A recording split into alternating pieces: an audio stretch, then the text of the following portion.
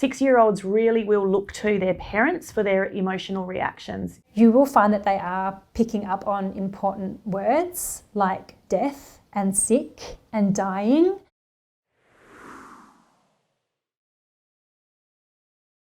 Our 6-year-olds or our children that are around that age are going to struggle with abstract concepts like virus. Children 6 years and younger are concrete thinkers. What this means, if they can't see it, hear it, smell it, touch it, they don't understand it. So you have to really deliver information to them that is simple and relatable. Our 6-year-olds or our children that are around that age are going to struggle with abstract concepts like virus. So it's really important to keep it really simple when we're talking to our kids. And I said things like to my daughter, who is 6, I've said things to her like, it's kind of like when mummy had that really bad cold a few months ago or last winter, or when you had that bad cold. The coronavirus is a little bit like that, but the only problem with the coronavirus is that it spreads really quickly. And we've got to be really careful about people in our community who are maybe already a little bit sick, or people in our lives like our grandparents who might really struggle if they become sick with the coronavirus. So what we've got to do is we've got to make sure that we are protecting these people in our community, and we need to stay at home. And we need to make sure that we are washing our hands a lot and that we're sneezing into our elbows and, making sure that we're explaining to them all these little things that they can do to contribute to flatten the curve.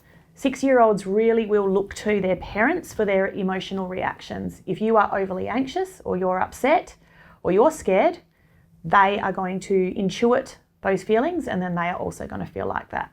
So it's really important that you stay calm, let the kids know that they're okay, that you're okay, and that we're going to do the best that we can to make sure that we don't get the sickness. Also with young children, if you sit down with them and start having a long conversation about viruses and bacteria, they're going to switch off because their concentration span isn't long. So you're better off feeding the information to them in small tidbits. When you're actually delivering information to the kids about what COVID-19 is, I would sit down and have a direct conversation with them. But when checking in with kids and you're wanting to see how they're going and making sure that they're okay and they're not being overwhelmed by the situation, it's a really good idea to have a conversation when they're distracted. So when they're doing a puzzle, or when you're driving in the car, or when they're playing on their computer games, you can just sit down, ask them what they're doing, how they're feeling, what's going on in their life. And usually they'll open up and say, yeah, I'm good, I'm okay, or I'm a little bit worried about Nanny.